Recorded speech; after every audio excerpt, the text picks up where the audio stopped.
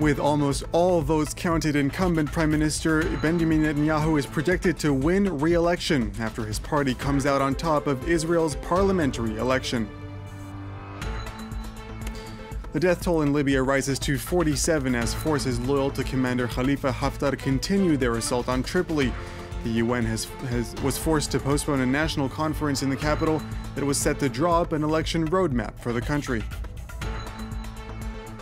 And EU leaders will meet on Wednesday for an emergency Brexit summit 1 day after Theresa May travels to Berlin and Paris to make the case for another Brexit delay. Thank you for joining us here on France 24. Israeli media is now projecting incumbent Prime Minister Benjamin Netanyahu has won re-election. Throughout the night, results showed the Likud party leader and centrist Benny Gantz were neck and neck, but it appears Netanyahu does have the advantage when it comes to forming a coalition government. That, of course, would make him Prime Minister for a fifth term. A little earlier, the Likud party leader addressed his supporters at the party headquarters in Tel Aviv. Let's take a listen. I'm very moved this night. I'm very excited. It is a night of a great victory. Great victory.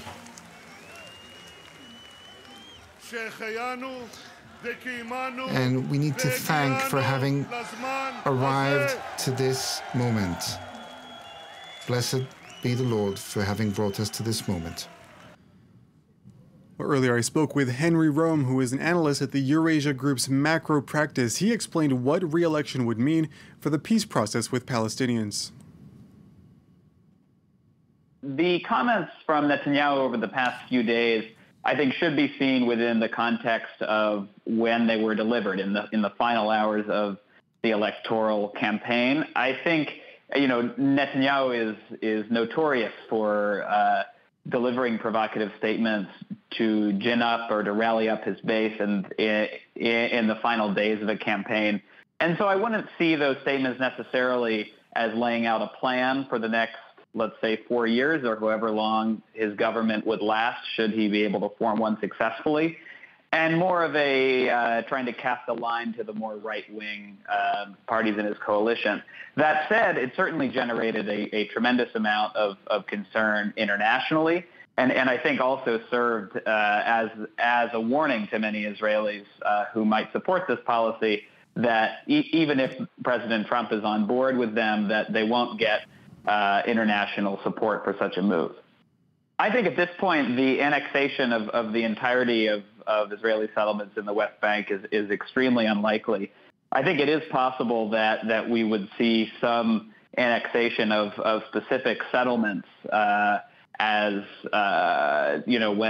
Netanyahu administration begins, though I think he will proceed extremely cautiously. And the reason I'm hesitant on this is because of all the members of his Likud party, Netanyahu is the only one who does not formally support annexation. He did say he would do it, but it's not something that he's supported as a politician, as a private citizen in the past. And so I expect him to continue to play the role as the final bulwark against that trend, especially if President Trump does not get reelected and he's faced with a more traditional U.S. policy on these issues. Although it may take several days before we find out what kind of coalition will dominate Israel's next parliament, senior Palestinian officials have already reacted to the latest results. They say the outcome is a disappointment. I think we have just witnessed a clear-cut vote by the Israelis to maintain the status quo as far as we Palestinians are concerned. This was a vote to maintain the status quo, to maintain apartheid. I think in the new elections from the exit polls, I think there are only 18 seats in the 120 seats Knesset that support the two-state solution on the 1967 lines. That means 102 seats in the Knesset don't support the two-state solution on the 1967 lines. To some other news now. It's been more than 10 days now since local elections in Turkey took place, but results in the economic capital of Istanbul are still being contested. President Erdogan's ruling AKP party has even called for a rerun, citing major voting irregularities. Meanwhile, Istanbul police is investigating claims that thousands of people were falsely registered to vote in Istanbul districts. Owen Barnell has the details. The local elections in Turkey finished more than a week ago, though the uproar over the results rumbles on. After seeing surprising losses in both Ankara and Istanbul on the 31st of March, the ruling AK party is now demanding an election rerun in Istanbul. Its previous request for a vote recount in 31 of the city's 39 districts was rejected by the YSK. Turkey's electoral authority only agreed to a partial recount across 21. It is unfathomable that such a decision should be made when there are so many irregularities. We will go once more to the YSK using the method of an extraordinary challenge. The AK party say there were vote irregularities in the victory of CHP candidate Ekrem İmamoğlu, who narrowly won the election for Istanbul mayor with around 28,000 votes, after a week of recounting that has now fallen to less than 17,000. President Recep Tayyip Erdogan has been piling on the pressure, saying organised crimes were behind the results. No one has the right to declare themselves victorious with a difference of around 13 to 14,000 votes. There is an element of robbery in all of this. There was some theft at the ballot box. For the opposition CHP, it's a case of sour grapes.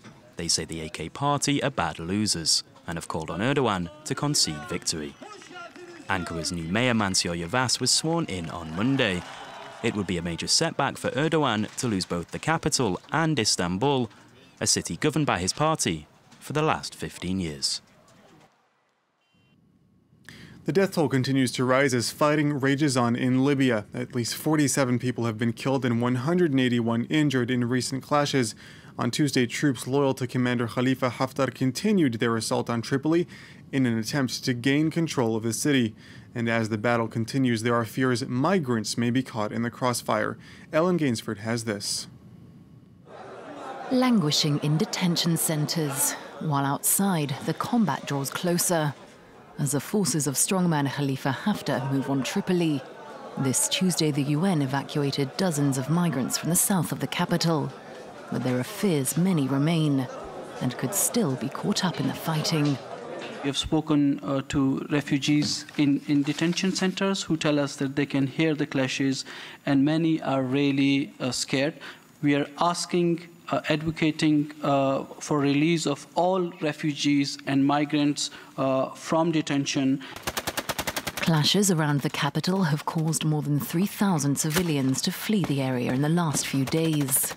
Tensions are high as General Haftar and the Libyan National Army attempt to take the city, which is currently controlled by the government led by Prime Minister Fayez al-Sarraj. The UN has urged restraint from all sides in the conflict and warned that attacks on civilians could amount to war crimes. These vulnerable migrants may be caught in the crossfire, especially when armed groups involved in the conflict exercise influence or control over the detention facilities. We're also concerned that migrants may be used as human shields or forcefully recruited to fight as well. Tens of thousands of migrants are imprisoned in Libya. The country is the main throughway for African migrants and refugees hoping to reach Europe.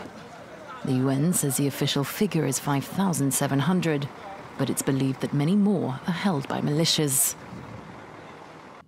Time now to take a look at some other news around the world. 9 leaders belonging to Hong Kong's 2014 pro-democracy movement have arrived in court as they await sentencing. On Tuesday, they were found guilty of public nuisance and other charges. The umbrella movement had called for the right of the city's population to choose its own leader rather than just approve a candidate picked by Beijing. Each leader could now face up to 7 years in jail. 10 people have been killed following flash flooding in Rio de Janeiro. Heavy rain hit the Brazilian city for several hours, with flooding turning streets into rivers and washing away dozens of cars. The hardest hit areas were the southern part of the city, which includes tourist hotspots of Copacabana and Ipanema. Most of the damage was caused by excess rainwater cascading from neighboring hills and rushing through low-lying areas of Rio. Sudan's main opposition leader has said 20 people were killed by armed men at an anti-government protest in Khartoum early on Tuesday. Officials say 38 people have died so far since the protest movement against President Omar al-Bashir began in December. The international community has called on al-Bashir to push for a political transition. The 75-year-old has ruled Sudan since 1989. Thousands of people gathered in the Algerian capital of Algiers to protest against the nomination of Abdelkader Ben Salah as interim president. Ben Salah, who is a close ally of former President Abdelaziz Bouteflika, was named by the parliament to lead the country for a period of transition. Police fired tear gas and water cannons at protesters who marched to demand a complete overhaul of the establishment. Moments after Abdelkader Ben Salah's appointment as interim president, thousands of students took to the streets of Algiers to express their anger. Many see the new head of state, a known ally of ousted President Abdelaziz Bouteflika, as a symbol of the very system they've been protesting against for weeks. Students reject the nomination of Ben Salah as president during this difficult time. He is too old. Make way for young people. We can do better than you. When it was about ousting Bouteflika, they supported us. They told us, we support the people, we'll make your dreams come true.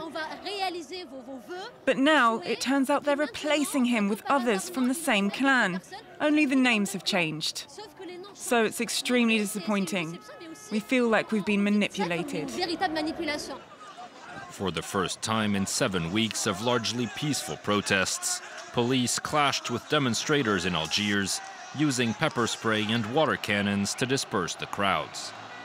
But that did little to deter protesters, who vowed to keep going until their demands were met. Algeria's influential military, meanwhile, has largely remained silent since Ben Salah's appointment. While Algeria's new interim president addressed the nation on Tuesday, he said he understood people's concerns and promised to organize free elections within 90 days. Let's take a listen. We must work to ensure the conditions, all conditions, are right for a transparent and regular presidential poll, where we will act as guarantors. A poll that will allow our people to make their free and sovereign choice. British Prime Minister Theresa May was in Berlin and Paris on Tuesday ahead of an emergency EU summit on Brexit a day later. May is trying to convince European leaders to grant Britain another extension to Article 50, while she tries to break the Parliament gridlock back home. But while May has expressed interest in a short-term extension, EU leaders have signaled the Brexit deadline could be delayed by several months. Laurent Berstachet has the story. Pleading for more time, Theresa May met with Angela Merkel and Emmanuel Macron in a last-ditch effort to save her Brexit deal. Initially set for March 29th, the deadline for the UK's departure was pushed back to April 12th after British MPs failed to reach a consensus. But Theresa May now says she will need until June 30th to present a new withdrawal agreement, an extension many EU leaders fear might not be enough. In a letter to the U27, European Council President Donald Tusk suggested Brexit could be postponed for up to a year. Our experience so far, as well as the deep divisions within the House of Commons, gives us little reason to believe that the ratification process can be completed by the end of June. This is why I believe we should also discuss an alternative, longer extension. One possibility would be a flexible extension, which would last only as long as necessary and no longer than a year. EU members will meet on Wednesday to discuss the potential extension. Some countries are expected to argue against a one-year delay, especially as the UK would then have to participate in upcoming European parliamentary elections. The EU is keen to avoid a scenario in which a departing Britain could seek leverage on its Brexit deal by playing a spoiling role in European politics. Thank you for watching. Stay tuned to France 24.